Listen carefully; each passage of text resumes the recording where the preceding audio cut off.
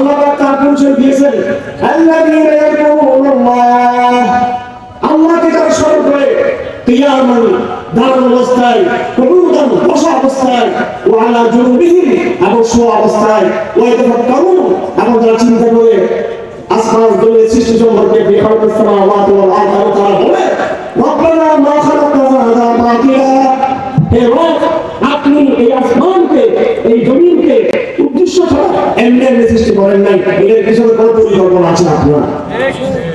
এটা কোরআনের কথা। এই জমানার সবচেয়ে বড় বিজ্ঞানীর নাম হচ্ছে বিজ্ঞানী আইনস্টাইন। তিনি বলেছেন তার লেখার মধ্যে যে বিশ্ব স্রষ্টা এই গণমণ্ডল ভূমণ্ডলকে এমনি এমনি সৃষ্টি করেননি। তিনি বলেছেন, তার বিজ্ঞানের বই লিখেছেন যে আল্লাহ বিশ্ব স্রষ্টার চুমো দিয়েছিলেন না, তিনি খেলাধুলা করেননি, উদ্দেশ্য নিয়ে তিনি সৃষ্টি করেছেন। আমরা যখন কোরআনের কথা বলি তখন আমাদের কিছু নাস্তিক প্রকৃতির মানুষ আছে, তারা কোরআন কথা নিতে চায় না। কেমন আশ্চর্য দেখুন, নবীদের কথা নিতে চায় না।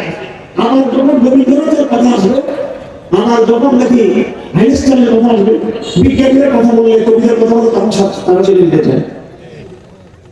তো নবীর কথা ঠিক নাই, বিজ্ঞানের কথা ঠিক আছে, এটুকুনি কোথায় পাই? এই জন্য আমরা মাঝে মাঝে কোরআন শরীফের আয়াত বলার পরে এটার পক্ষে বিজ্ঞানের সমর্থন বলি মাঝে মাঝে। এটা নাস্তিকদের বোঝার জন্য বলি, এটা আমরা বিজ্ঞানকে বিশ্বাস করি, আমরা কোরআনকে বিশ্বাস করি না। বিজ্ঞান ভুল হতে পারে, কিন্তু কোরআন ভুল হতে পারে না। বিজ্ঞানীদের সঙ্গে কথা বল, আপনি 10 বছর আগে উপগ্রহ পাঠাচ্ছিল, এখন উপগ্রহ আরো কম বেশি হয়ে গেছে। এক এক সময় দেখতাম আমরা এখন খোলা আকাশের নিচে বসে আছি, প্যান্ডেলে। আল্লাহ পাক সুবহানাহু ওয়া তাআলা এই মহাদিগন্ত আকাশ এদিকে তাকিয়ে জ্ঞানীদের কথা বলছেন, তারা আকাশের দিকে তাকায়, জমিনের দিকে তাকায়, তাকিয়ে তারা আল্লাহ পরিচয় তারা অনুসন্ধান করে। আমাদের নবী সাল্লাল্লাহু আলাইহি ওয়াসাল্লাম শেষ রাতে যখন তাহাজ্জুদের নামাজের জন্য উঠতেন, তখন তিনি প্রথম যে কাজ করতেন সেটা হলো মিসওয়াক করতেন। মিসওয়াক করতেন, তারপরে তিনি ওযু করতেন, তারপরে তিনি আকাশের দিকে তাকাইতেন। কোন দিকে তাকাতেন? আকাশের দিকে তাকিয়ে আল্লাহ নবী এই আয়াতগুলো পড়তেন। আমি এগুলো পড়ছি, ইন্না ফি খালকিস সামাওয়াতি ওয়াল আরদি ওয়াখতিলাফিল লাইলি ওয়ান নাহার। এখানে মহাকাশের কথা আছে, আসমানের কথা আছে। এই দিগন্ত বিশাল উন্মুক্ত দিগন্ত আসমানের এবং জমিনের কথা রয়েছে, এগুলোর দিকে তাকিয়ে গবেষণা করতে বলা হয়েছে। এবং একটা ওয়াসিফা দিয়েছেন, রব্বানা মা খালাকতা হাযা বাতিলা সুবহানাকা ফাকিনা আযাবান নার ربنا إنك من تدخل النار فقد أخزيته وما للظالمين من أنصار ربنا إننا سمعنا مناديا ينادي للإيمان أن آمنوا بربكم فآمنا ربنا فاغفر لنا ذنوبنا وكفر عنا سيئاتنا وتوفنا مع الأبرار ربنا وآتنا ما وعدتنا على رسلك ولا تخزنا يوم القيامة إنك لا تخلف الميعاد এই রব্বানা রব্বানা রব্বানা সূরা আল ইমরানের শেষে আয়াতগুলো আছে।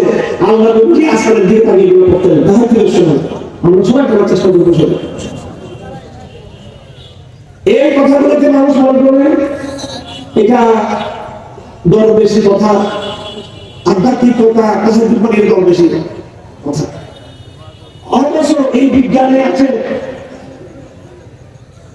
কি, যখন রাত যখন গভীর হবে, রাত যত গভীর হবে, রাত যত অন্ধকার হবে, তত জমিনের সাথে আসমানের দূরত্ব কমে যায়।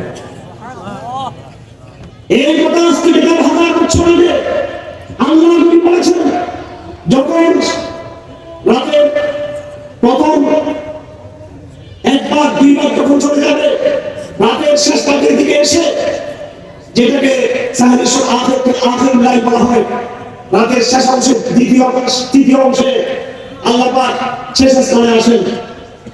কোথায় আসেন? শেষ আসমানে, জমিনের আসমানে আসেন। আল্লাহ কিভাবে আসেন সেটা আমরা ব্যাখ্যা জানি না, এক্সপ্লেনেশন দিতে পারবো না। কিন্তু আশা এটা আমরা বিশ্বাস করি আল্লাহ আশা আর আমার আশা কি এক নাকি? আল্লাহ আমাদের এই মাহফিলে আছেন কিন্তু আল্লাহ থাকা আর আমার থাকা এক নয়। আল্লাহ কুতুবের জায়গা থেকে আল্লাহ এখানে আছেন, তার শক্তি দ্বারা সবকিছু শুনতেছেন, বুঝতেছেন। বরং আমরা যতটুকু জানি আমাদের জায়গা সম্পর্কে আল্লাহ তার চেয়ে অনেক বেশি দেখতেছেন, শুনতেছেন, বুঝতেছেন, সবকিছু অবগত আছেন তিনি। আল্লাহ থাকা, আল্লাহ বলা, আল্লাহ ফাংশন গুলো আমাদের মতো নয়। হাদিসে আছে যে আল্লাহ আসেন সেখানে কেমনি আসেন আমরা জানি না। এবং এসে আল্লাহ পাক বলেন জমিনের মানুষকে ডাকতেন, আল্লাহ পাক আসমান থেকে ডাকেন আলা মিন মুস্তাগফিরিন ফাগফির লাহু আলা মিন মুস্তারদিকিন ফারযুকহু আলা মিন মুবতালান ফাআফু আফিয়াহু। হে জমিনবাসী, তোমাদের মধ্যে কেউ কি আছো তার গুনার জন্য পাপের জন্য ক্ষমা চাইতেছো, আমি তোমাকে শেষ সাথে ক্ষমা করে দেব। তোমাদের মধ্যে কেউ কি আছো রিজিক, চাকরি, ক্যারিয়ার অনুসন্ধান করতেছো, নিজের রিজিক কামাই করতেছো, আমার কাছে তুমি কেউ চাইতেছো যে চাইবে আমি তাকে সেই রিজিকের ব্যবস্থা করে দেবো, শেষ দোয়া কবুল করব। আল্লাহ আমি মুবতালা, তোমাদের মধ্যে কেউ কি আছো বিপদগ্রস্ত, আমি তার বিপদ দূর করে দেবো, আফিয়ত দিল। আল্লাহ পাক এগুলো বলেন শেষ আসলে। তো যেহেতু হাদিসে আছে, কোরআনে আছে, আমাদের আগে কোনদিন এটা বিশ্বাস করতে চাই না। কিন্তু বিজ্ঞান বলে দিয়েছে যে জমিনের সাথে আসমানের দূরত্ব কমে যায় শেষ রাত্রে।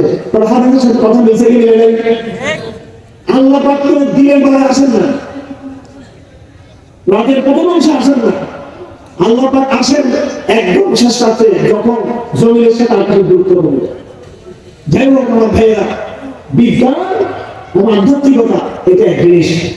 স্কুল কলেজ বিশ্ববিদ্যালয়ের ভাইয়েরা যারা আছেন, অত্যন্ত দুর্ভাগ্যের বিষয় হলো আমাদের বাংলাদেশ এমন একটা নামধারী মুসলমান, যেই নামধারী মুসলমানের আইনে, শিক্ষা ব্যবস্থায়, সংস্কৃতিতে, সামাজিক কালচারে ইসলামের কোনো নাম নিশানা নেই।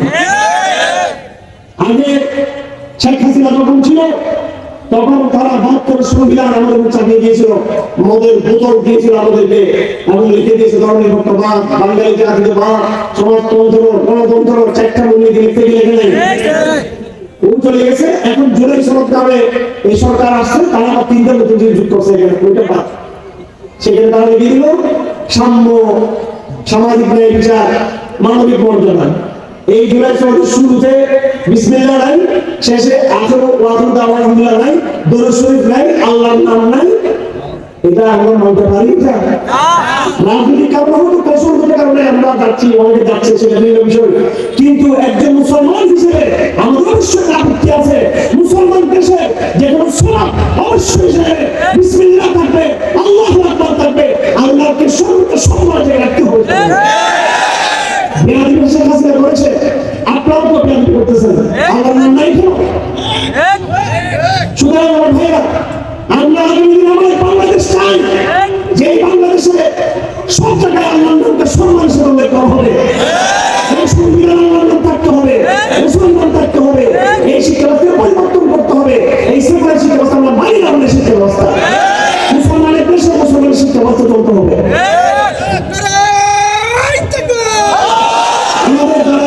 এই যে আমাদের এই দেশে যারা বাংলা রক্ত দিয়েছে তারা তো মুসলমান ছিল, তারা নাস্তিক ছিল না। একটা নাস্তিকের নাম বলেন যে আল্লাহকে বিশ্বাস করো না, রসুলকে বিশ্বাস করো না, সে রক্ত দিয়েছে। মুক্তিযুদ্ধের সময় দেখাতে পারবেন না, আর এই জুলাই বিপ্লব দেখাতে পারবেন না। আবু সাহেব কি নাস্তিক ছিল? তার টাইমে দেখবেন সে কিরকম ইসলাম পন্থী ছিল, ইসলাম সংস্কৃতির পক্ষে ছিল। হ্যাঁ, আমার নিজের লেখা সে শেয়ার করতো, ওনার আলোচনা শেয়ার করতো। আবু সাইদ আপনাদের এলাকার লোক, উত্তরবঙ্গের লোক, আমি আবু সাইদের কারণেই তো শিখেছিলাম, কথা হয়ে গেছি, কথা ঠিক না? এরা চেয়েছিল আবু সাইদের নামে মুক্তি বানাতে, চাইছিল কিনা? চাইছিল কিনা? বাংলাদেশ তো মুক্তির দেশ, মুক্তির দেশ। রাজু ভাস্কর্য, ভাস্কর্য বাইকে বলে যে পাঁচের বিপ্লব একটা মূর্তি চলে গেছে, আরো অনেক মূর্তি হয়ে গেছে। কিন্তু এখন আবু সাইদের নামে মুক্তি বানাতে চেয়েছিল, কেন আবু সাইদের নামে মুক্তি বানাতে পারলো না? যেহেতু আবু সাইদ ইমানদার ছিল, আবু সাইদের বাবা ইমানদার। আমি গতকালকে আবু সাইদের বাসা যেতে চেয়েছিলাম, রাত অনেক হয়ে গেছে, ওরা অপেক্ষা করছে অনেকক্ষণ তার পরিবার, কিন্তু আমার 7-8-10 কিলোমিটার দূরত্ব থাকাতে আমি ধরে ওখানে যেতে পারি নাই। এগুলো আমাদের শিক্ষণীয় বিষয়।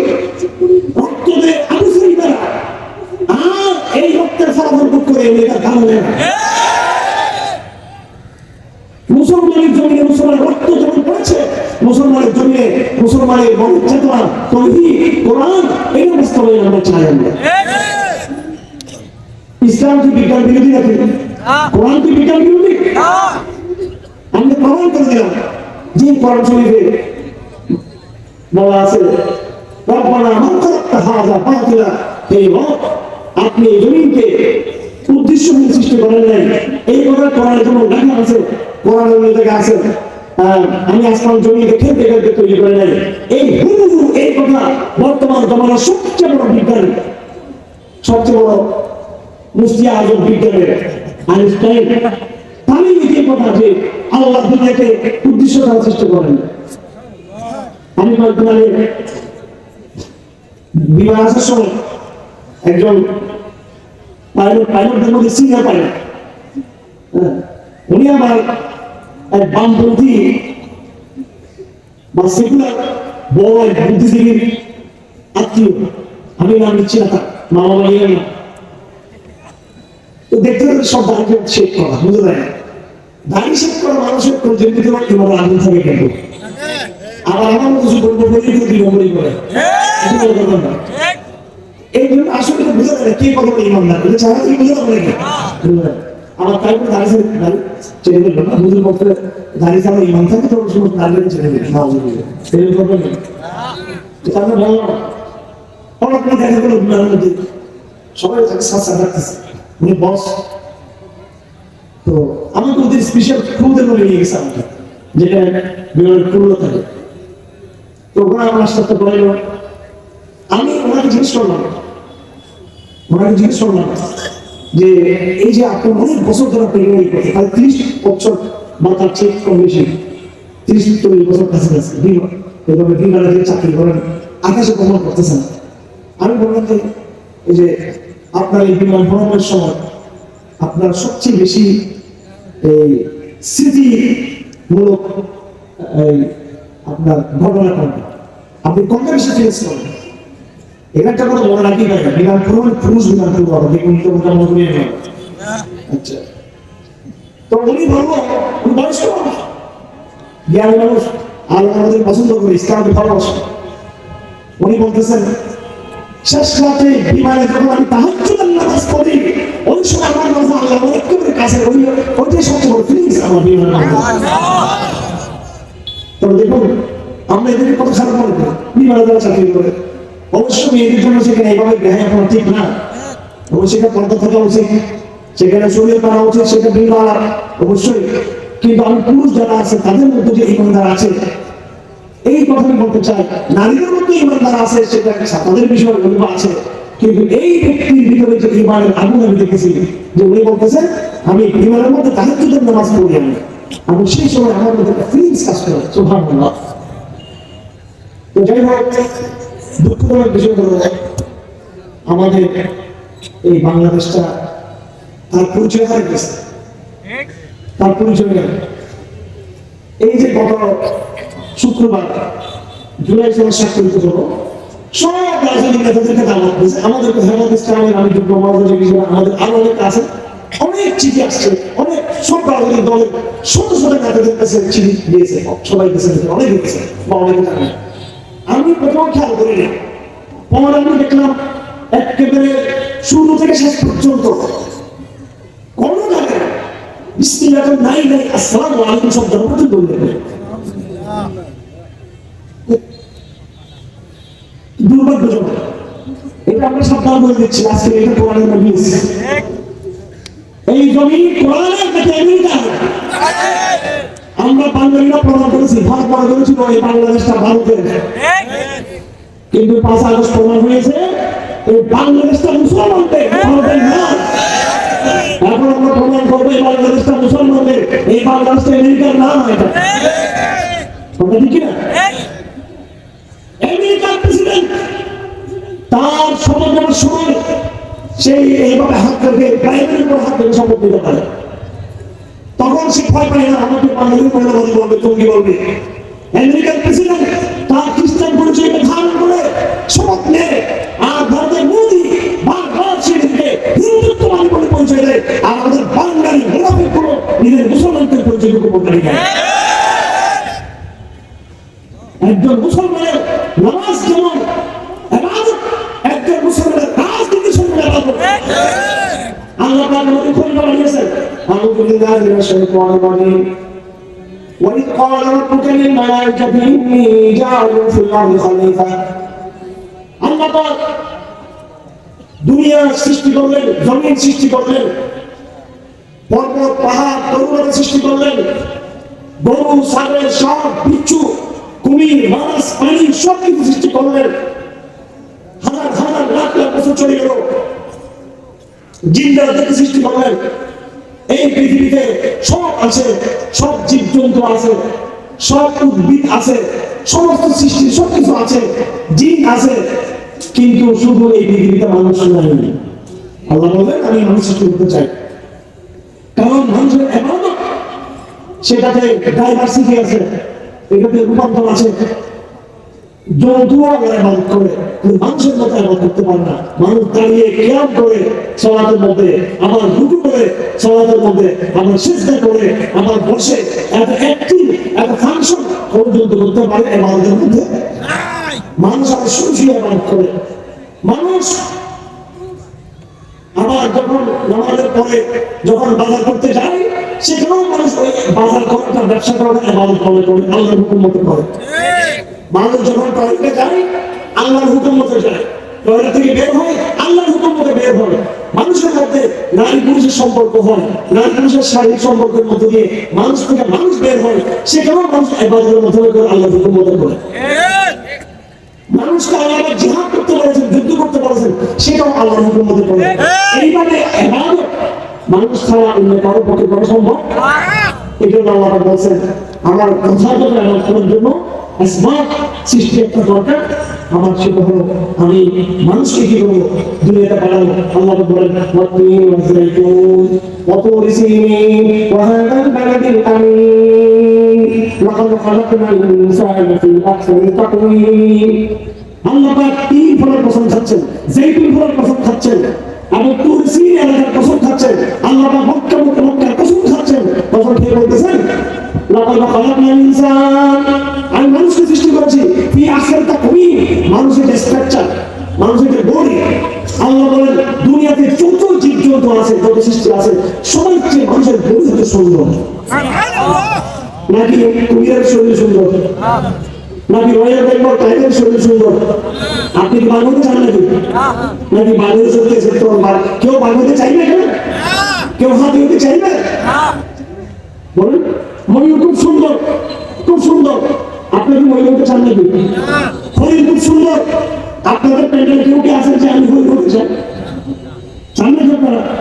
অনেকে চাই না, আমরা চাই না। কারণ হরিণের চেয়ে মানুষের শরীরের কাঠামো সুন্দর, বাঘের চেয়ে মানুষের শরীরের কাঠামো সুন্দর।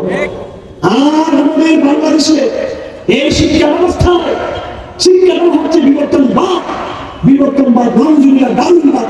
এক সরকার ছিল গান্ধী, এই গান্ধী বলছে মানুষ নাকি আগে ছিল, মানুষ নাকি আগে ব্যাগ ছিল, মাছ ছিল, তারপর কি কি শিয়াল কুত্তা বানো কি ছিল, ওগুলো থেকে আস্তে আস্তে আমাদের এইভাবে গেছে। আল্লাহ পাক কোরআনে দাবি করতেছেন প্রথম দিন থেকেই আমি মানুষকে এইভাবে তৈরি করেছি। ঠিক না? নাকি আমরা বলে বলছি? অথচ আমাদের বাংলাদেশে সিলেবাসের বই, অনার্সের সিলেবাস, বাংলাদেশে অনার্সের সিলেবাস, লেখক শাহনওয়াজ আরো অনেক লেখকরা আছে, আমরা হুজুরের ঢেউ পাই না, তো ফাঁকে ফুটে ফাঁকে ফুটে কি ঢুকে দিয়েছি ওরা। পুরো বিবর্তন ভাব ওগুলো আছে।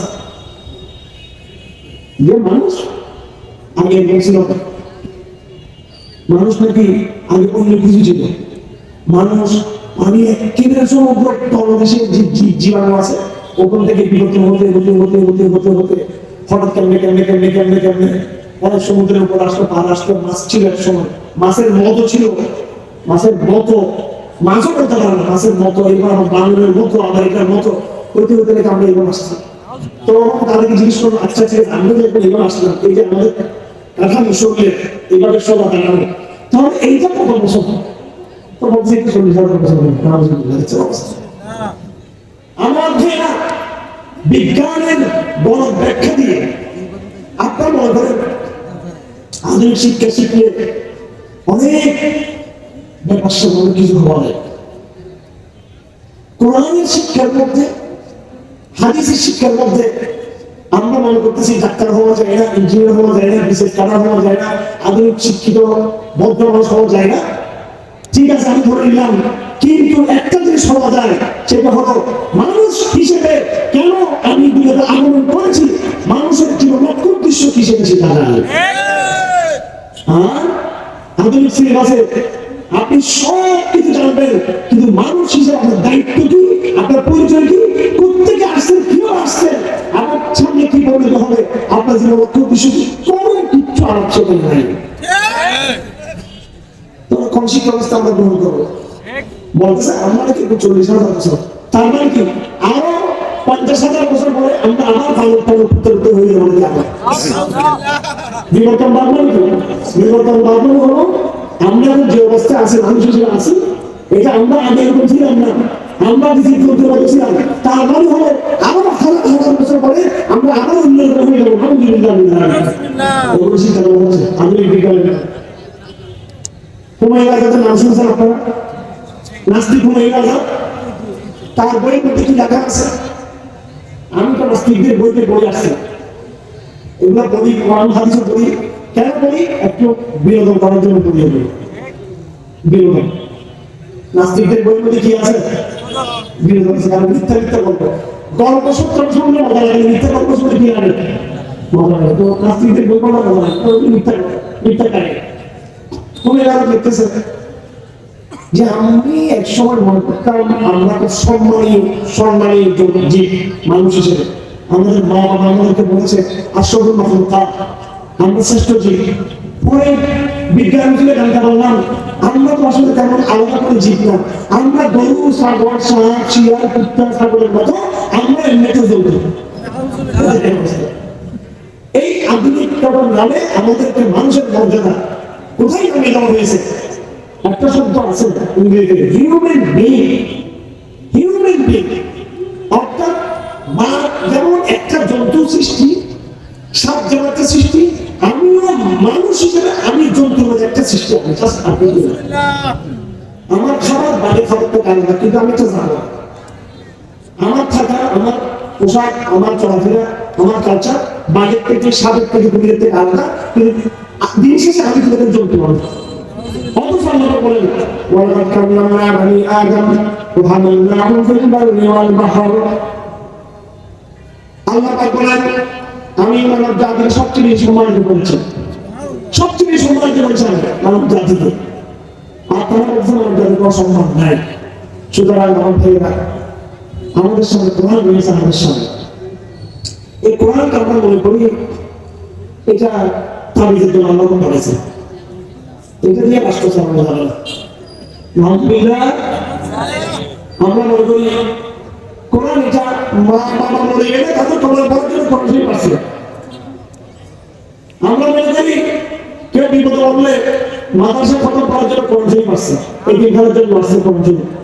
আসলে কি কথা নেই? তোমরা কি কোরআন আসছে এই মানুষের ব্যক্তি জীবন, মানুষের পারিবারিক জীবন, সামাজিক জীবন, রাষ্ট্রীয় জীবন, অর্থনৈতিক জীবন, আপনার ব্যবসা বাণিজ্য, আপনার খাবার দাবার, আপনার চলাফেরা, আপনার রাজনীতি, আপনার অর্থনীতি, সব কিছু করার মতো হতে হবে।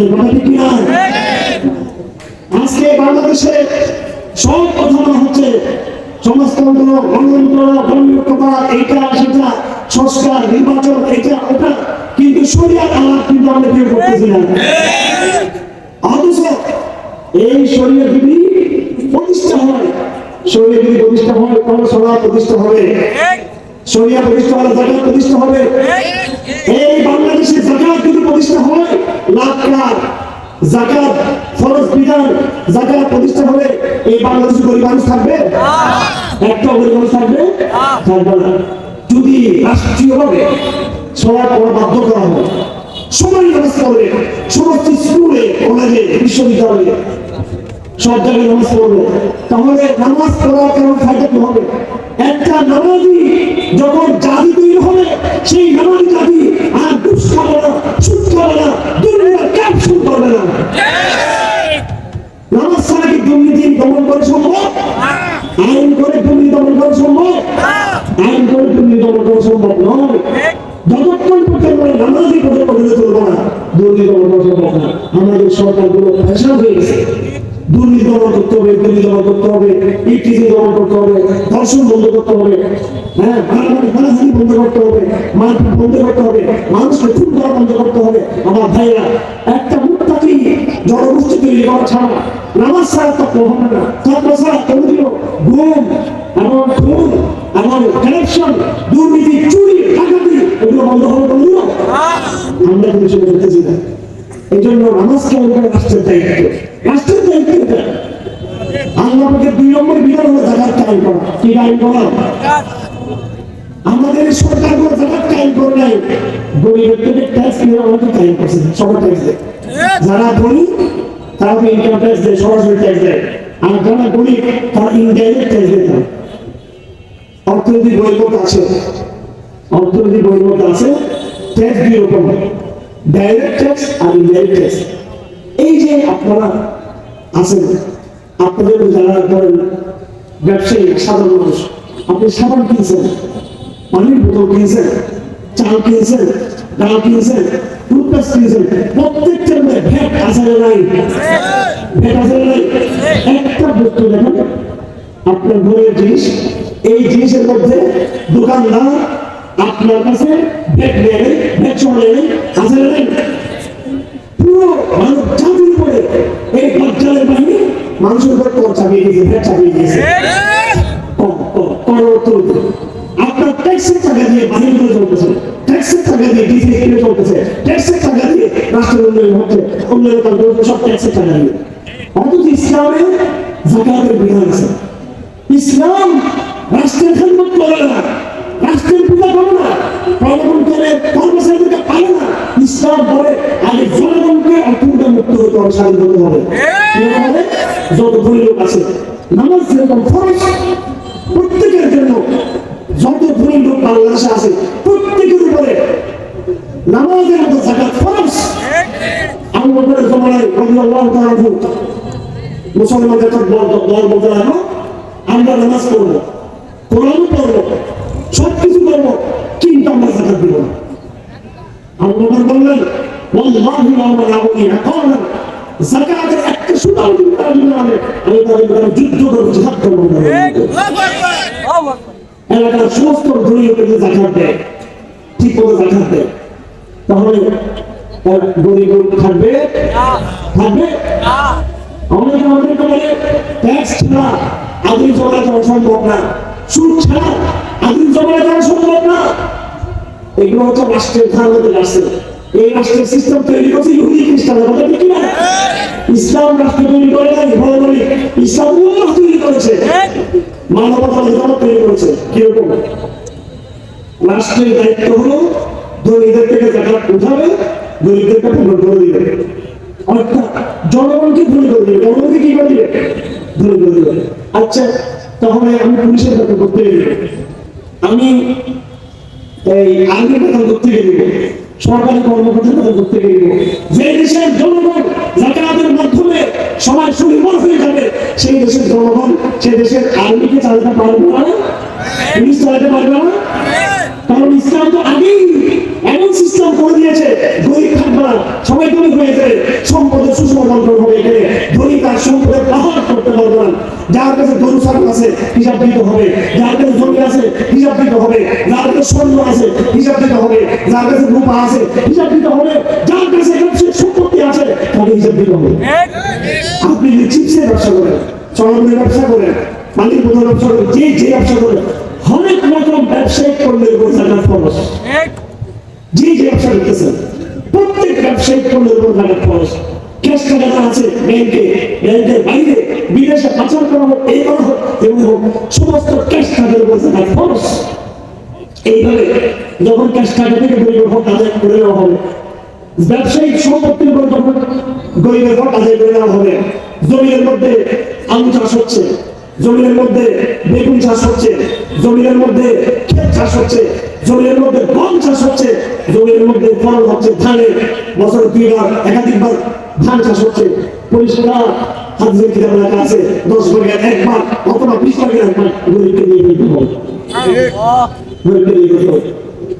ধান 10 ভাগের 1 ভাগ, 20 ভাগের 1 ভাগ, গম 20 ভাগের 1 ভাগ, 10 ভাগের 1 ভাগ, আলু 10 ভাগের 1 ভাগ, 20 ভাগের 1 ভাগ, পেঁপে 10 ভাগের 1 ভাগ, 20 ভাগের 1 ভাগ। এইভাবে সবজি এবং খাদ্য যদি সমস্ত ধনী 10 ভাগের 1 ভাগ যদি দিয়ে ফেলে, 20 ভাগের 1 ভাগ দিয়ে ফেলে, এই দেশে খাদ্যের অভাবে কোনো মানুষ আর কষ্ট পাবে। তারপর তারা ইসলামকে চায় না, শরিয়া তারা চায় না। এদেরকে খুশি করার জন্য তাদের বিষয় কথা বলতে হবে। আমরা ভারতকে খুশি করবো না, চাইনাকে খুশি করবো না, ইহুদি খ্রিস্টান খুশি করার দরকার নেই। আমরা আল্লাহকে খুশি করবো, আল্লাহকে খুশি করার মধ্যে আল্লাহ খুশি হবে, মানুষের পেটের ফায়দা হবে। আমার মেয়ে অনেক হয়ে গেছে, কথা বেশি বলবো না।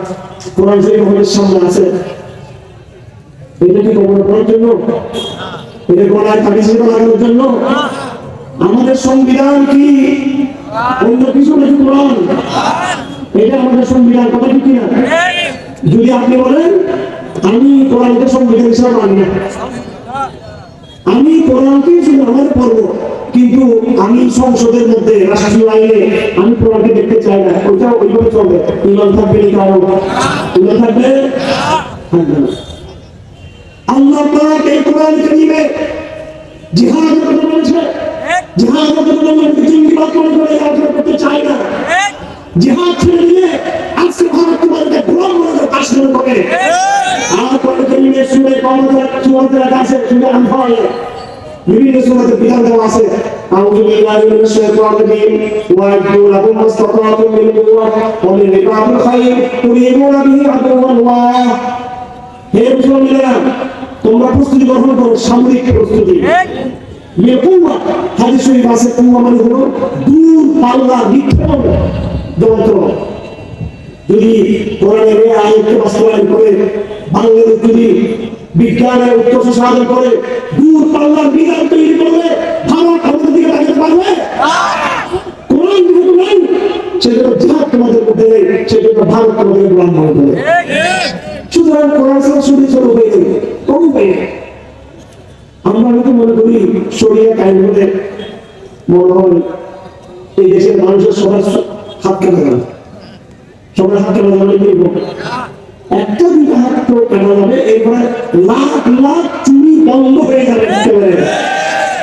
আপনারা বলুন, হাসিনার আমলে মানুষ খুন হতো, এই খুন হওয়া কি এই জমানায় বন্ধ হয়েছে? বিভিন্ন রাজ্যে বলবেন না তারা অমুক জায়গায় আজকে আমরা দেখলাম চট্টগ্রাম মারা গেছে, কালকে দেখলাম ঢাকা মারা হচ্ছে। মানুষ খুন হচ্ছে কিনা? খুন হচ্ছে কিনা? মানুষ খুন বন্ধ হয়েছে, ডাকাতি বন্ধ হয়েছে, ধর্ষণ বন্ধ হয়েছে, বন্ধ হয়ে হাসিনা চলে গেছে। এগুলো কেন হচ্ছে?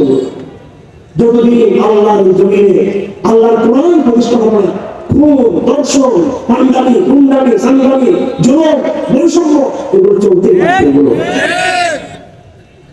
এজন্য আমাদের তওবা করতে হবে। আমরা ব্যক্তি পরিবর্তন করি, সিস্টেমের পরিবর্তন করি না। জুলাইয়ের মাধ্যমে ব্যক্তির পরিবর্তন হবে, সিস্টেমের পরিবর্তন হয় না। আপনারা অবাক হয়ে যাবেন, আমার কি জালেম কিন্তু আসার জন্য এইভাবে পেতে আছে, কিন্তু জরুরি সিস্টেম কেউকে জালের মধ্যে দেওয়া যাবে না। হাসিনা জালেম চলে গেছে, আদালতে জানে আসবে, কেউকে জালের মধ্যে দেওয়া যাবে না। আমরা আল্লাহর জমিনে আল্লাহর ভূখণ্ডে আমরা কোরআনের কথা বলতে চাই। এটা মোল্লাদের দাবি নাকি মানুষের শান্তির জন্য? এটা কি মোল্লাদের দাবি নাকি? এটা একজন মুসলমান নির্মাণ কর্তব্য। আল্লাহ আমাদের প্রতি দান করুন। আমরা ভাইরা, কোরআন হচ্ছে আল্লাহর মর্যাদা, কোরআন আল্লাহর মর্যাদা। কোরআনকে বুঝতে হবে ভালো করে। এই জমানায় আমাদের অনেক সংকট, আমাদের অর্থের সংকট, রাজনীতির মধ্যে সমস্যা, আমাদের অর্থনৈতিক সমস্যা, আমাদের সামাজিক হানাহানি মারামারি, অনেক অনেক সমস্যা। সবচেয়ে বড় সমস্যা হলো একজন মুসলমান হিসেবে আমার মধ্যে যে আত্মবিশ্বাস থাকার কথা ছিল, কোরআনের পরে আস্থা থাকার কথা ছিল, এই আস্থা হারিয়ে গেছে। এটা হচ্ছে সবচেয়ে বড় সমস্যা। আপনি আল্লাহর হয়ে যান, আপনি কোরআন মুখী হয়ে যান এবং কোরআনের উপরে সব ঐক্যবদ্ধ হন। এখন এটাকে একটা কথা বলতেছে, বিশ্বাস স্থাপিত করে একটা কথা বল, কিসের ভিত্তি দেখো? এমনি এমনি শুধু ক্ষমতা পাকাপাকির জন্য এক হতে হবে কোরআনকে কেন্দ্র করে। ঐক্যবদ্ধ আমরা, আমরা জমিনে আমরা কোরআনকে বাস্তবায়ন করতে চাই। আমরা এই কথা বলে কোরআনের উপর ঐক্যবদ্ধ হন। আমাদের এই কোরআনের উপরে বিশ্বাস করিয়ে তোমরা আমাদেরকে পড়াগুলো পড়ে, শরীরে প্রতিষ্ঠা হওয়ার কথাটা পড়ে, রাজনীতি পড়ে, আর কোরআনের প্রতি বিশ্বাস করবে আমাদের, কোরআন প্রতি আস্থা আসতে হবে। এমন এক মুসলমান জবাব তৈরি হয়েছে, আমাদের মুসলমানরা তরুণরা তাদের নামাজ পড়ে না, পড়েনি। প্যান্ডেলে চলমান দেখতেছেন, তার মন কষ্ট পাবেন না। 10 ভাগের 1 ভাগ 2 ভাগ মানুষের যদি মসজিদে আসতো, বাংলাদেশের বহু মানুষ খাই হতো, শরীরে কাটি দিয়ে খাই করবো। আমরা যারা মনে করি যে রাজনীতি করে যেতে গেলে শরীরে টাইম দিলে হবে, সিস্টেমের কিছু উদ্ধার আপনি এর চেয়ে বেশি কিছু। এই জন্য সংসদ ভবনের চেয়েও আমাদের জন্য শক্তিশালী যেটা হচ্ছে আমাদের মসজিদ। বলার কিনা প্রত্যেকটা আল্লাহর মসজিদ এটা ইসলামী রাজনীতির কেন্দ্র হয়ে যায়। কথা ঠিক কিনা? ইসলামী রাজনীতি আমি দলের কথা বলি না, কোন দলের কথা বলি নাই। যে যে দল করুক না কেন, প্রত্যেককে বিশ্বাস করতে হবে আল্লাহর মসজিদ, এখানে একটা নিয়ম নামাজ পড়বো, ঠিক ওখানে বসে আমরা এলাকার গরিবদেরকে সাহায্য করবো, জাকাত টাকা দিয়ে করবো, মসজিদে বসে করবো সেটা। মসজিদে বসেই আমরা সামাজিক বিচারগুলো করবো, মসজিদে বসে আমরা বিধবা মেয়েদের বিয়ের ব্যবস্থা করবো, মসজিদে বসে এতিমদের ভালো লাগার ব্যবস্থা করবো, মসজিদে বসে মেরামি ছাত্রদেরকে আমরা সাহায্য করবো, মসজিদে বসে এলাকার যারা গুন্ডামি করে অবস্থায় করে তাদেরকে আমরা ধরে নিয়ে এসে মসজিদে তাদেরকে আমরা সাহায্য করবো। পরস্পর সিস্টেমের বিরুদ্ধে আমাদের ঠিকানা সংসদ থেকে পরে, আমাদের আসল ঠিকানা আমাদের মসজিদ।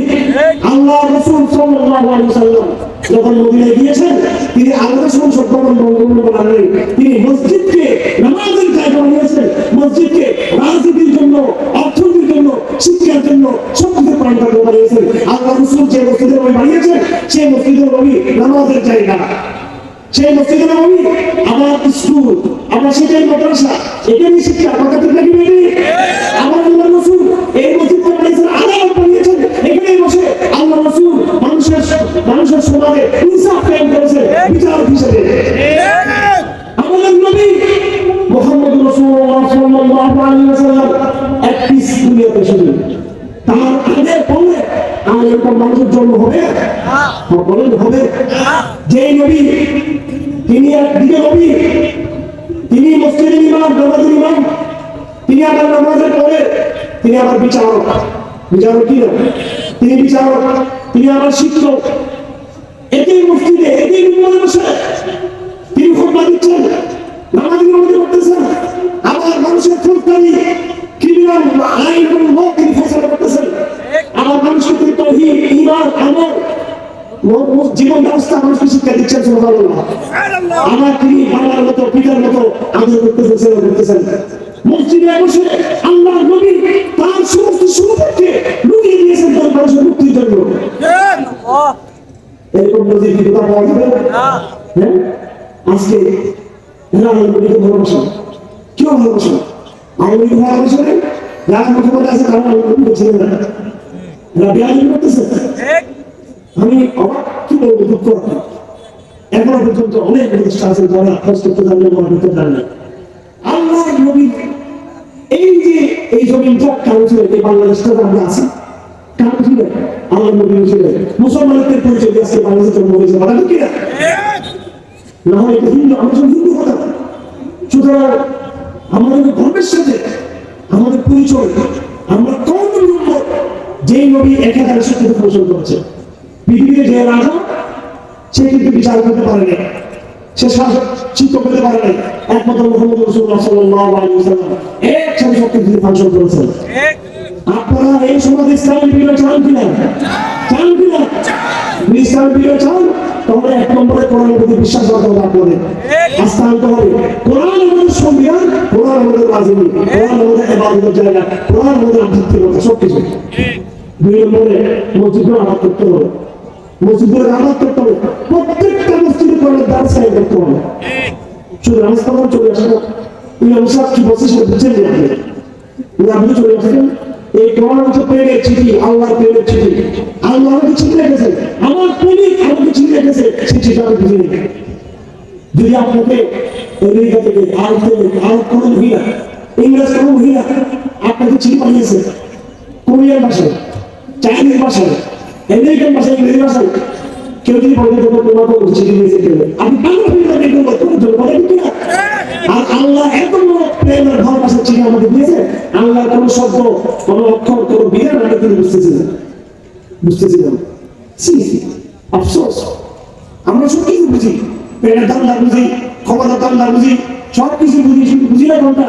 কোরআন বুঝি না, শুধু কোরআনটা বুঝি না, আমরা সবটা বুঝি আমরা। সেজন্য আমার ভাইরা, আল্লাহ সুবহানাহু ওয়া তাআলা আমাদেরকে হেদায়েতের তৌফিক দান করুন। আমি কোনো দিকে একটু করবো না। কোরআন শরীফ বড় ভয়ঙ্কর একটা জিনিস, বড় ভয়ঙ্কর। এটা যেমন আমার মুক্তির পর এটা আমাকে ধ্বংস করার জন্য যথেষ্ট হচ্ছে কোরআন। কোরআনকে মূল্যায়ন করবেন, কোরআন আপনাকে রক্ষা করবে। হাদিস শরীফ আছে, ওমর ইবনে খাত্তাবের হাদিস, ইন্নাল্লাহ লা ইয়ারফাউ বিহাযাল কিতাবি আকওয়ামান ওয়া ইয়ারফাউ বিহি আখারিন। আল্লাহ তাআলা কোরআনের মাধ্যমে কোন জাতিকে উঠান, সম্মানিত করেন। কোন জাতিকে কোরআন ছেড়ে দেওয়ার কারণে আল্লাহ তাদের লাঞ্ছিত করবে। একদিন আমাদের নবী সাল্লাল্লাহু আলাইহি ওয়াসাল্লাম সফরে বের হলেন। আবু দারদার হাদিস, خرج رسول الله صلى الله عليه وسلم في سفر فشخص ببصره الى السماء فقال هذه اوامر يرفع فيها العلم. فقال زياد بن ابي الانصاري كيف يرفع العلم عنا ولقد قرانا القران فلنقرأنه ونقرأن اولادنا. فقال يا زياد لو كنت أعدك من فقهاء المدينة هذه التوراة والإنجيل فأنزلت على بني إسرائيل فما أغنت عنهم. একদিন আমার নবী সফরে বের হলেন, সাথে কিছু সাহাবা একরাম সঙ্গে আছেন, দাওয়াতের সময় বের হয়েছে। হঠাৎ আল্লাহ রাসূল আসমানের দিকে তাকাইলেন, আসমানের দিকে তাকিয়ে বলতেছেন, আল্লাহ নবী, কোরআন কিন্তু আস্তে আস্তে চলে যাবে মুসলমানদের কাছ থেকে। আল্লাহ নবী বলেন, আসমানের দিকে তাকিয়ে বলতেছেন, কোরআন একদিন মুসলমানদের কাছ থেকে উঠে যাবে। এটি শুনে সাহাবারা ভয় পেয়ে গেছে, ইয়া রাসূলুল্লাহ, কিভাবে কোরআন উঠবে?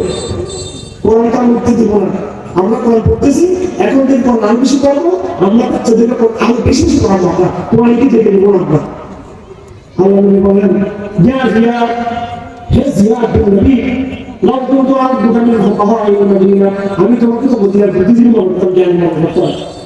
হে আমার সাহাবীরা, তোমাদের আগুন দুটো মুসলমান জাতি ছিল, ইহুদিরাও বহুদিন মুসলমান ছিল, পরে তারা ধ্বংস হয়েছে। খ্রিস্টানদের মতো বহুদিন তারা কিছুদিন মুসলমান ছিল। এই ইহুদি মুসলিম যারা ছিল, খ্রিস্টান মুসলিম যারা ছিল সেই জমানায়, তাদের জন্য আল্লাহ পাক কিতাব পাঠিয়েছিলেন, তাওরাত এবং কি ইনজিল। যেমনি ভাবে এই ইহুদিরা তাদের তাওরাতকে ছেড়ে দিয়েছে, যেমনি ভাবে এই খ্রিস্টানরা তাদের ইনজিলকে ছেড়ে দিয়েছে, হে আমার উম্মত, একদিন তোমরা কোরআনকে ছেড়ে দিও। হাদিস শরীফ আছে, লা তারকাবু মাসালাল মান কানা ক্বাবলাকুম শিবরান বিশিবরিন ওয়া দিরা'আন বিদিরা'ইন হাত্তা লাউ দাখালু যুহরাতুল বাইনি ওয়া দাখালতুম ফীহি। হে আমার উম্মত, এমন এক সময় আসবে, এমন এক সময় আসবে যে তোমরা প্রতি বিদায় কদম তোমরা তোমাদের পূর্বকার জাতি ছিল তাদের কোনো অনুসরণ করবা। ইহুদিদের খ্রিস্টানদের প্রতি কদম ডানে গেলে ডানে, বামে গেলে বামে, সামনে পিছিয়ে গেলে পিছিয়ে। আজকে আমাদের রাজনীতি, আমাদের কালচার, আমাদের শিক্ষা, আমাদের আইন, আমাদের পোশাক, সবকিছু ইহুদি খ্রিস্টানদের সাথে আছে নাই? আল্লাহ রাসূল আগে বলেছে, হাত্তা লাউ দাখালু যুহরাতুল বাইনি, যদি সেই বিজাতিরা সামনের গর্তে, গুলশানের গর্তে ঢুকে পড়ে, তোমরা তাদের পিছনে গুলশান গর্তে ঢুকে পড়বা, তোমরা কুমিরের গর্তে ঢুকে পড়বা। এটা আল্লাহ রাসূল আগে বলে দিয়েছে। আজকে সেটাই হচ্ছে আজকে আমার ভাইয়া। সুতরাং বড় সাবধান, বড় সাবধান। আল্লাহ রাসূল বলেন, 3 প্রকার ব্যক্তিকে আল্লাহ রাসূল ঘৃণা করেন। আব্দুল্লাহ রাসূলুল্লাহ সাল্লাল্লাহু 3 প্রকার ব্যক্তিকে আল্লাহ পাক ঘৃণা করেন, আল্লাহ শত্রু। 3 প্রকার ব্যক্তি আল্লাহ শত্রু। 1 নম্বরে মুনহিবুল হারাম, হারাম শরীফে যে ব্যক্তি অবমাননা করে। জি জি, এই যে আল্লাহ রাসূল বলেন 1 নম্বর হলো যারা হারাম শরীফে গিয়ে কুফরি করে। 2 নম্বরে আল্লাহ শত্রু হলো মুত্তাকিন ফিল ইসলাম সুন্নাতুল জাহিলিয়া। ইসলামে আসার পরে আমার সে জাহিলিয়াকে বিজাতিত রসুলকে শিক্ষা গ্রহণ করে। স্কুলের সিলেবাস এটা আমাদের নাকি কাফের প্রচার হবে বলেন? আমাদের নাকি তাদের সংস্কৃতি কালচার কাদের এগুলো সব তাদের। তো আল্লাহ রাসূল বলেছেন, ইসলামে আসার পরে বিজাতিদের যারা অনুসরণ করে সে হচ্ছে আল্লাহর 2 নম্বর শত্রু। 3 নম্বর শত্রু হলো মুসলমানের কোনো হক ছাড়া অন্যায়ভাবে একজন মুসলমানকে হত্যা করে না, এগুলো সে আল্লাহর শত্রু। আল্লাহ রাসূল বলেছেন, মুনাফিক হচ্ছে ওই ব্যক্তি ইসলামে থাকার পরেও সে বিদ্যুৎ থেকে কুফরিকে কি করতে পারে না। হাদিস শরীফ আছে, ওয়াইন সাল্লাহ ওয়াইন সামা, আল্লাহ নবী ভবিষ্যৎবাণী করেছেন এমন কিছু মুসলমান তৈরি হবে যারা নামাজ পড়বে, রোজা রাখবে, হজ করবে, কিন্তু অন্তরের ভিতরে কুফরি আর মুনাফিক ভরপুর থাকবে তাদের। আজকে আমরা সেগুলো মুসলমান সে আয়াত গ্রহণ করতে চাই যে আমার সময় নাই। আল্লাহ সুবহানাহু ওয়া তাআলা কোরআন শরীফকে মুদারাজে বানিয়েছেন। আমি বিশেষ করে 2 বছর আগে দিয়ে গেছে অনেক দূর যেতে হবে আমাদেরকে। বর্তমানে আমরা যারা আছি এই জমানার যারা মুসলমান, আমি কথা শেষ করবো ধৈর্যের সাথে, মানুষ তো উদ্বেগ চলে গিয়েছে, বাড়ি যারা আছে ধৈর্যের সাথে এই শেষ কথা আমি জানাতে পারি। চট্টগ্রাম বিশ্ববিদ্যালয়ে একজন পণ্ডিত ব্যক্তি তিনি মারা গেছেন। চট্টগ্রাম বিশ্ববিদ্যালয়ের ইসলামিক ইতিহাসের যে বিভাগ আছে, ইতিহাস বিভাগের প্রতিষ্ঠাতা ছিলেন ডক্টর মনিরুদ্দিন আহমদ খান। অনেক বড় আসল, প্রায় 100 বছর কাছাকাছি বয়স হয়েছিল। উনি আমাদের মধ্যে সম্পর্কে আত্মীয় হয়। তো অনেক শিক্ষিত মানুষ বুঝতে যেত সমস্ত বিশ্ববিদ্যালয়ের টিচাররা সব ছাত্র বিদেশে ডিগ্রি নিয়েছে, অনেক পণ্ডিত। তো উনি এই বাংলায় মুসলমানদের একটা নাম দিয়েছেন। এই নামটা বোঝার আগে আমি নামটা আসলে বোঝাচ্ছি সেটা বলি। এই যে ইউরোপ আমেরিকাতে এরা তো আসলে খ্রিস্টান, এরা কি খ্রিস্টান। ইহুদিরা চক্রান্ত করে অর্থাৎ বাইবেল মুকাদ্দাসে যেন খ্রিস্টানরা দাবি দিতে না পারে, ইহুদিরা চক্রান্ত করে খ্রিস্টানদেরকে বেইমান বানিয়ে দিয়েছে। দেখবেন আপনি বর্তমান যে ফিলিস্তিনি গাজা এটা নিয়ে মনে করতেছে দখল করতেছে ইহুদিরা, খ্রিস্টানরা দিতে। খ্রিস্টানরা ইহুদিদের কান্না করতেছে, ওদের হেল্প করতেছে। মূল বাইবেল মুকাদ্দাস দখল করে আছে কারা? খ্রিস্টানরা নাকি ইহুদিরা? খ্রিস্টানরা না ইহুদিরা? হ্যাঁ, ইহুদিরা। অথচ এই বাইবেল মুকাদ্দাসকে দখল করার জন্য এই খ্রিস্টানরা 200 বছর আমাদের ভিতরে লড়াই করছিল। কয়শো বছর কিনে বেটা যে বাইবেল মুকাদ্দাসকে দখল করার জন্য তোমরা আমাদের সাথে 200 বছর লড়াই করলা, সেটা তোমরা এখন বাদ দিয়ে ইহুদিদেরকে তোমরা দিয়ে গেছিলে। এটা বড় প্রশ্ন দিন। এটা হলো ইহুদিরা দেখছে ভাবতে পার বাইবেল মুকাদ্দাসের দাবি আমরা ইহুদিরাও করি, আর মুসলমানরা তো দখল করেই আছে, খ্রিস্টানরাও বাইবেল মুকাদ্দাস দখল করতে চায়। এখন সে ওই 3 বন্ধু খেলা করেছে। সে কি করছে? একসাথে ইহুদি খ্রিস্টান, একসাথে খ্রিস্টান আর মুসলমানদেরকে দৌড়ে অসম্ভব না। আগে কাজ করি, আগে খ্রিস্টানদেরকে শেষ করি। এই জন্য ইহুদিরা দীর্ঘদিন ধরে খ্রিস্টানদেরকে বেইমান বানানোর জন্য তারা চিন্তা করছে। খ্রিস্টানদের ভিতরে তারা গণতন্ত্র, সমাজতন্ত্র, ধর্মনিরপেক্ষবাদ, ডারউইনবাদ, বিবর্তনবাদ, যত রকমের নাস্তিকতা আছে সবগুলো তাদেরকে শিক্ষা দিচ্ছে।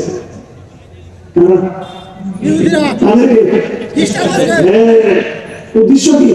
যাতে খ্রিস্টান আর খ্রিস্টান যাতে না থাকে, খ্রিস্টান যাতে কি না থাকে, খ্রিস্টান যদি খ্রিস্টান না থাকে লাভ কি হবে? সে আর তওরা ইনজিলের মোহাম্মদ ঈসা মোহাম্মদ থাকবে না, বাইবেল মুকদ্দাসের মোহাম্মদ থাকবে না। কারণ বাইবেল মুকদ্দাস তো ঈসা ছিল ঠিক না, যেহেতু সে এখন খ্রিস্টান ধর্মে নেই, এই জন্য দেখবেন ইউরোপের খ্রিস্টানদের মধ্যে খ্রিস্টান ধর্মের কি মহব্বত আছে? মুসলমানরা যেভাবে মসজিদে আসে, খ্রিস্টান আসে খ্রিস্টানের মধ্যে আসে নাই। এইভাবে ইহুদের চক্রান্ত করছে, চক্রান্ত করে এই খ্রিস্টানদের মধ্যে একটা জাতি তৈরি করছে, তাদেরকে আমরা প্রটেস্ট্যান্ট খ্রিস্টান। কি খ্রিস্টান? প্রটেস্ট্যান্ট খ্রিস্টান। প্রটেস্ট্যান্ট খ্রিস্টান মানে হলো যারা 100 খ্রিস্টান ধর্মে ছিল, ক্যাথলিক খ্রিস্টান ধর্মে ছিল, পরে তারা নিজেরাই খ্রিস্টান ধর্ম ত্যাগ করে দিয়েছে। খ্রিস্টান ধর্ম তারা উল্টা উল্টা অনেক সস্তা নিয়েছে। এগুলো প্রটেস্ট্যান্ট খ্রিস্টান নামে খ্রিস্টান, তাদেরকে এই মানে তাদেরকে বলে প্রটেস্ট্যান্ট খ্রিস্টান নামে খ্রিস্টান, তাদের তাদেরকে তারা খ্রিস্টান। তো আমাকে চট্টগ্রাম বিশ্ববিদ্যালয়ে ডক্টর মুনিরুল হক খান দার্শনিক এই কথা তার কেউ বলবে, উনি বলতেছেন ঠিক যেইভাবে খ্রিস্টানরা প্রটেস্ট্যান্ট খ্রিস্টান হয়ে গেছে, আমাদের বাংলাদেশের মুসলমানরা প্রটেস্ট্যান্ট মুসলমান হয়ে গেছে। আমরা নামে মুসলমান, কাজে কিন্তু বেঈমান, নামে মুসলমান, কাজে বেঈমান। কথা ঠিক না বেঠিক? নামে মুসলমান কিন্তু শিক্ষা ব্যবস্থা, বিশ্বাস, আকীদা, রাজনীতি, অর্থনীতি, আইন সব করতেছে অন্য ধর্মের মধ্যে, ইসলামের সাথে সম্পর্কে। তার নাম দিয়েছে প্রটেস্ট্যান্ট খ্রিস্টান। ভাই এগুলো আমি বললাম, আমি বন্ধুদেশ হয়ে গেলে এই জন্য আমি বড় দার্শনিকের দেখা দিলাম। এইটা হচ্ছে আমরা আমাদের অজান্তে মোতাবেক হচ্ছে দিতে আমরা বুঝতেছি।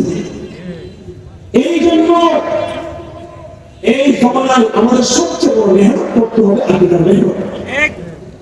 ধরেন আমাদের প্রত্যেক থেকে দেখছি কেন তারা এরকম হলো, এইভাবে 17 বছর সেকুলারিজম ধর্মের প্রভাব তাদের আমাদের সামনে চাপিয়ে দিল, বুঝে পাই ধর্ম কেন? ওই যে আগে থেকেই গোড়াতে নষ্ট। এই জন্য বড় রাজনীতি হচ্ছে মুসলমানদের বাচ্চাদেরকে, মুসলমানদের তরুণদেরকে, মুসলমানদের বুড়োদেরকে সবাইকে প্রথম ফিসিলিটি আপনাদের ধরে ফিরে আসা। এটা আমাদের বড় রাজনীতি। আগে আমরা মুসলমান হই, পরে ক্ষমতা পেয়ে যাবো, সেটা পরের কথা, আমাদের ঠিক না? আগে আমরা মুসলমান হই। يا أيها الذين آمنوا ادخلوا في السلم كافة ولا تتبعوا خطوات الشيطان। হে মুসলমানরা, তোমরা পূর্ণ ইসলামে প্রবেশ করো। আমাদের একটা ইসলামে আরেকটা ইসলামের বাইরে, একটা মসজিদে আরেকটা ব্যাংকে, ব্যাংক খাওয়া লাগে হারাম, একটা মসজিদে আরেকটা আদিম শিক্ষা ব্যবস্থায়। এটা হচ্ছে আল্লাহ বলেছেন মুজাবজাবিনা বাইনা যালিকা লা ইলাহা ইল্লা ওয়া লা ইলাহা ইল্লাল্লাহ। এমন তো নয়, এদিকেও না ওদিকেও না। আল্লাহ রাসূল বলেন মাসালুল মুনাফিকি কাশশাতিল আয়রা। মুনাফিকের বিশাল উদাহরণ হচ্ছে ছাগলের বাচ্চা, ছাগলের মতো। ছাগলের একক ছাগল, সে কোন সময় এদিকে একবার যায়, ওদিকে একবার যায়, নির্দিষ্ট করে বুঝে যাবে। মুসলমান এদিকে একবার কোরআন একবার হজ করে, আবার বলে ভারতের দিকে গেছে, আবার বলে চীনের দিকে, আবার বলে দিকে দিকে, একবার বলে উত্তর, একবার সমস্ত উত্তর, একবার ধর্ম উত্তরবাদ, আরেকটা বাদ, একটা চলে একটা বলে। আল্লাহ রাসূল বলেন এটা হচ্ছে মুনাফিকদের এই কোরআন কারীম আমাদের জন্য মুজিজা। মুজিজা মানে কি? মুজিজা মানে হলো 1000 বছর আগে কোরআন এমন সমস্ত বয়ান আসছে, কিয়ামত পর্যন্ত এগুলো পরিবর্তন হতেই থাকবে, হতেই থাকবে, হতেই থাকবে। কথা ঠিক না? এই জন্য নাহলে দেখেন আমরা তো ছোট করে বুঝি মাদ্রাসা করতে কি, মাদ্রাসা পড়া এক জিনিস, কোরআন বোঝা আরেক জিনিস। আমরা কোরআন বুঝি এমন বুঝে আসতেছে, কোরআনে যা ইঙ্গিত আছে সবকিছু বর্তমান জমানায় দেখা যাচ্ছে, দেখা যাচ্ছে। কোরআনে কারীমে আল্লাহ পাক মুনাফিকদের কথা বলেছেন, তারপরে বলেছেন বাশশিরিল মুনাফিকিন বিআন্না লাহুম আযাবান আলীমা আল্লাযীনা ইয়াত্তাখিযুনাল কাফিরিনা আউলিয়া মিন দুনিল মুমিনিন। মুনাফিকদের চিহ্ন কি? সে ইসলামকে ভালোবাসে না, সে কাফিরদের রীতিনীতি, তাদের কালচার, তাদের আদর্শ, তাদের রাজনীতি ভালোবাসে। আল্লাহ পাক বলে তাদেরকে সংবাদ দেওয়া, তাদের ভাষা আছে, ভয় করা আছে। এই হলো কোরআনের ভাষায় আমরা মুনাফিক মুসলমান। আর ডক্টর মোহাম্মদ খান এগুলো বলছেন প্রতিষ্ঠান মুসলমান। সুতরাং এখান থেকে আমাদের বিনিয়োগ করবে, আমরা বিনিয়োগ করার মতো আল্লাহ আমাদের সবাইকে বিদ্যা করুন। পর্দা আমাদের মনে আছেন, এই বইটা হচ্ছে মায়া হচ্ছে আমাদের সমাজের কারিগর। হাদিস শরীফ আছে হযরত আব্দুর রহমান ইবনে আউফ হাদিস আর মারআ বিল্লাহ সালাত খামসাহা ওয়া সামাত শাহরাহা ওয়া আসরাত ফারজাহা ওয়া আওদাআত জাওজাহা কিলা হাকুল জান্নাত বিআইয়ি বাবিন শিত্তি। কোন মহিলা যদি পাঁচ ওয়াক্ত নামাজ ঠিক করে আদায় করে, রমজানের রোজাকে ঠিকঠাক করে আদায় করে, ওয়া আসরাত ফারজাহা তার চরিত্রকে হেফাজত করে এবং তার স্বামীর নেককার স্বামীর বিরোধিতা করে ঠিক মতো, তাহলে তাকে বলা হবে উদখুলিল জান্নাত বিআইয়ি বাবিন শিত্তি। তুমি জান্নাতে প্রবেশ করো, যে কোনো দরজা দিয়ে তুমি জান্নাতে প্রবেশ করো। তুমি এবং হাদিস শরীফে পরিষ্কার ভাবে পুরুষদের কেমন হয়েছে, তোমরা নারীদের মধ্যে কামনা করো। আমাদের হিন্দুদের আমার একটা সমস্যা আছে, আমি শেষ করে দিচ্ছি। শুধু খালি মেয়েদেরকে কি বলে স্বামী আনুগত্য করো, স্বামী আনুগত্য করো, স্বামী আনুগত্য করো। আল্লাহ রাসূল বলেছেন মেয়েদেরকে কি করতে হবে, স্বামী আনুগত্য করতে হবে। কিন্তু আল্লাহ রাসূল এটাও বলেছেন পুরুষদের উচিত নারীদের অধিকার ঠিকঠাক মতো আদায় করা। আমরা এটা বলি না।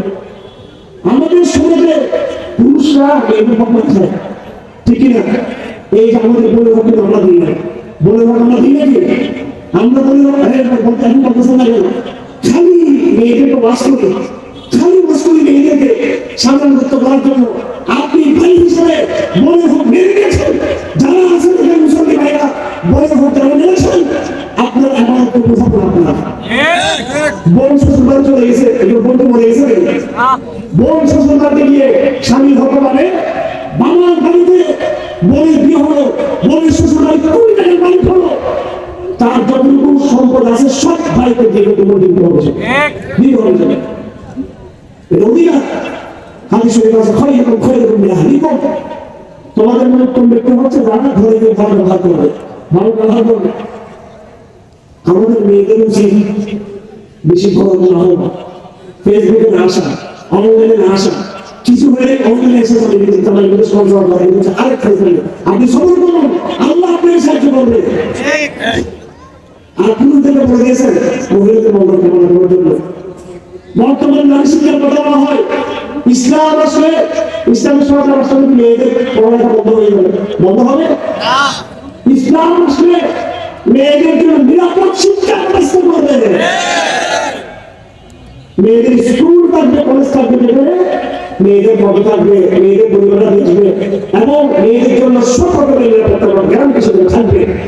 মহিলা মহিলাদের আলোচনা কে করাবে, মহিলাদের ডায়ালিসিস কে করাবে, মহিলাদের রক্ত পরীক্ষা কে করাবে, মহিলাদের দাঁত কে ঠিক করবে, মেয়েদের দাঁতের কথা আমি পুরুষ মেয়েদের গাল হাত দিব, মেয়েদের পেট কে কাটবে, মেয়েদের অপারেশন কে করবে, এই জন্য হাজার হাজার মহিলা আপনার দরকার আছে। এটি ইসলামী সরকার সে ব্যবস্থা করবে। মহিলা আসামি করতে হবে, মহিলা যে মাদক ব্যবসায়ী, মহিলা সন্ত্রাসী মহিলা আছে ধরতে হবে। পুরুষ গিয়ে মহিলা ধরে আনতে পারবে, মহিলা পুলিশ লাগবে কিনা আমাদের লাগবে। ইসলামী আইন মতো শুরু পাওয়া যাবে, সিস্টেমটা থাকবে এরকম। মহিলাদের জন্য মহিলাদের ব্যবস্থা, মহিলাদেরকে বলার জন্য মহিলা শিক্ষার দরকার আছে কিনা? তো আমার মহিলা শিক্ষার দরকার, আমার মহিলা রাখার দরকার, আমার মহিলা কিছু পুলিশের দরকার। শিক্ষা না থাকলে আমি তৈরি করতে পারবো? ইসলাম আসলে তৈরি করবে। হযরত আয়েশা রাদিয়াল্লাহু তাআলা আনহা আল্লাহর নবীর স্ত্রীদের মধ্যে সবচেয়ে প্রিয় স্ত্রী ছিলেন, কথা ঠিক কিনা? সবচেয়ে জ্ঞানী, সবচেয়ে মেধাবী, সবচেয়ে মুত্তাকি ছিলেন। সুবহানাল্লাহ। তিনি বলতেছেন সবচেয়ে দুধ মহিলা হচ্ছে, ভালো মেয়ে হচ্ছে আনসারী মহিলা। ওই আনসারী মেয়েরা লজ্জার কারণে এমন ছেড়ে যায়, বরং তারা ঘর থেকে এসে তারা তারা এমন শিখে, তার দিন শিখে পরিবারে চলতে হবে। তবে মেয়েরা যে তালিমের নাম দিয়ে বড় কিছু কিছু আমাদের এলাকায় আছে, তালিমের নাম দাম দিয়ে কিছু হলে আমার একটু মহারাষা হয়ে যায়, জ্ঞানী হয়ে যায়, তার সামনে থাকতে দেয়, স্বামীর সংসার দিয়ে যায়, এটা জায়েজ নেই। নাউজুবিল্লাহ, আপনি মহিলা, আপনি এখন নিজেকে মুত্তাকি মনে করতেছেন, আপনার স্বামী হয়তো বিড়ি খায়, মুখে দাঁড়িয়ে, স্বামী ফাঁসে, আপনি সবর করবেন, ধৈর্য করবেন, স্বামীকে কি করবেন, আস্তে আস্তে ঠিক করার চেষ্টা করবেন। আপনাকে শয়তান দুধ দেবে, কি করে দিবে জানেন? তুমি কত মুত্তাকি মহিলা, তোমার স্বামীটা কত খারাপ, বেনামাজি, শুয়ে থাকে, সংসার পাবে, তাহলে তো হুজুর কি বিয়ে করবে সংসার করবে, তুমি গিয়ে একটা দিনদার মানুষকে বিয়ে করো। এটা হচ্ছে শয়তানের ইসলামিক পরকে, নাউজুবিল্লাহ, নাউজুবিল্লাহ, এটা শয়তানের এই নাম দিয়ে ইসলামের নাম দিয়ে ঢুকে দেবে, এটা বলা যাবে না। মেয়েরা দিন শিখবে, কি দিন শিখার কারণে মেয়েদের মধ্যে অহংকার না আসে। দিন শিখলাম, দিন তালিম করলাম, তবি জমানে যাবো, মেয়েদের কোরআনে হারকানে যাবো, সবকিছু শিখবো, কিন্তু শরীরের সমস্ত উসুল হয়ে করার চেষ্টা করবো। অপরটা আমরা হবো না। আল্লাহ আমাদের শরীরের অভিজ্ঞতা করবো, কথা বলতে বলতে হাজার কথা আসবে। এটা তো আমরা সবাই জানি, সবাই জানি। কোরআন কারীমে আছে, ইয়া আইয়ুহাল্লাযীনা আমানু, হে ঈমানদাররা, কাফিরদেরকে তোমরা বন্ধু হিসেবে গ্রহণ করবে না। ঈমান ভঙ্গের কয়েকটা কারণ আছে, ঈমান ভঙ্গের কয়েকটা কারণ, তার মধ্যে একটা কারণ হলো শিরক করা। ঈমান ভঙ্গের একটা কারণ হলো হারামকে হারাম, হারামকে হালাল মনে করা। ঈমান ভঙ্গের একটা কারণ হলো ইসলামকে তুচ্ছ তাচ্ছিল্য করা। ঈমান ভঙ্গের একটা কারণ হলো কাফিরদের সাথে, মুসলিমদের সাথে আদর্শিক সম্পর্ক কায়েম করা। কাফিরদের সাথে মুসলমানদের সম্পর্ক কয়েক রকম, ভালো করে বুঝে নেবেন। একটা হলো তাদের সাথে ব্যবসায়িক সম্পর্ক, এটা জায়েজ আছে। আমি হিন্দুর দোকানে যেতে পারবো, কিনতে পারবো, বেচতে পারবো, হিন্দু আমার ব্যবসায়িক পার্টনার হতে পারবো, কোনো সমস্যা নেই। হিন্দুর সাথে ব্যবসা করার কোনো সমস্যা নেই, এটা সম্পূর্ণ জায়েজ আছে মুসলিমদের সাথে। দুই নম্বর সামাজিক সম্পর্ক, সামাজিক সম্পর্ক জায়েজ আছে। হিন্দুর সাথে সহযোগিতা করা, অসুস্থ হলে দেখতে যাওয়া, বিয়ে হলে সেটা গিফট করা, অসহায় হলে সাহায্য করা, তাদের সাথে ঘুরতে যাওয়া, পারিপার্শ্বিক করা জায়েজ আছে। তবে হিন্দু অমুসলিমদেরকে বিয়ে করা যাবে, এটা আমার ইসলামের কাছে। তো তিনটা জিনিস, আর অর্থনৈতিক ব্যবসায়িক কার্যক্রম পরিপূর্ণ জায়েজ। সামাজিক সম্পর্ক কিছু জায়েজ, কিছু না জায়েজ। তিন নম্বর সম্পর্ক হলো ধর্মীয় সম্পর্ক, এটা পরিপূর্ণ না জায়েজ। আমি সারাদিন হিন্দু দোকানে বসে আমি বারান্দায় চাকরি করতে পারবো, সারাদিন হিন্দু দোকানে থাকতে পারবো, এক সেকেন্ডের জন্য আমি হিন্দুদের পূজায় গিয়ে আমি সত্যি বিনিয়োগ করতে পারবো না। ব্যবসায়িক জিনিস করতে পারবো, সমস্যা নেই। সে আমার সাথে ব্যবসা করবো, আমার সাথে ব্যবসা করবো, আমি তাকে সাহায্য করবো, তার সাথে আমি ঘুরতে যাবো, সমস্যা নাই, তার সাথে আমি ঘুরতে যাবো, সব কিছু করবো। ফুটবল খেলতে পারবো, ফুটবল ম্যাচ হবে, ফুটবল ম্যাচে বা বিভিন্ন খেলার মধ্যে আপনার সাথে হিন্দু থাকলে কোনো সমস্যা নেই। হিন্দু আপনার সাথে ক্লাসে, স্কুলে, কলেজে বসে একসাথে পড়ালেখা করতে পারবে কি পারবে না? পারবে, শিক্ষা পারবে, ব্যবসা পারবে, খেলাধুলা পারবে, কিন্তু আপনি পূজা, এটা ধর্মীয় বিষয়। কি বিষয় এটা? ধর্মীয় বিষয়। ধর্মীয় বিষয় কিন্তু ওখানে যাবো না, এখানে বেশি রাজনীতি করেন আপনি।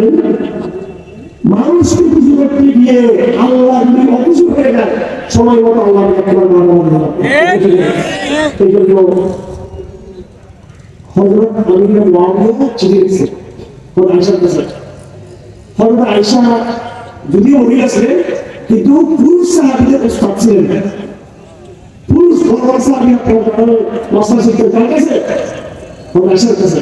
আমাদেরকে বলা হয় আমার নারী শিক্ষার বিরোধী, আর ইসলাম তো হযরত আয়েশার মতো শিক্ষিত নারী তৈরি করেছেন। সাহাবাদের উস্তাদ, তাবিঈদের উস্তাদ সুবহানাল্লাহ, হযরত আয়েশা।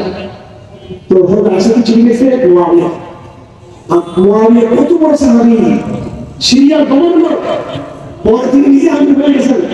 চিঠি লিখছেন, হে আমার মা আয়েশা, আমাকে চিঠিতে একটি নসিহত করেন, বেশি লম্বা কথা লেখা না, শর্টকাট একটা নসিহত করেন। হযরত আয়েশাও তো মেধাবী, মুআবিয়াকে কি বলার দরকার, দেখি সে যেহেতু সম্রাট, সে তো রাজা, তাকে ওই ওষুধ দিতে হবে। কথা ঠিক না? আয়েশা লেখান, কথা আয়েশা বলছেন قال رسول الله صلى الله عليه وسلم من طلب للرب بسخط الناس تعاونه الله ومن طلب لدى الناس بسخط الله وكره الله لدى الناس।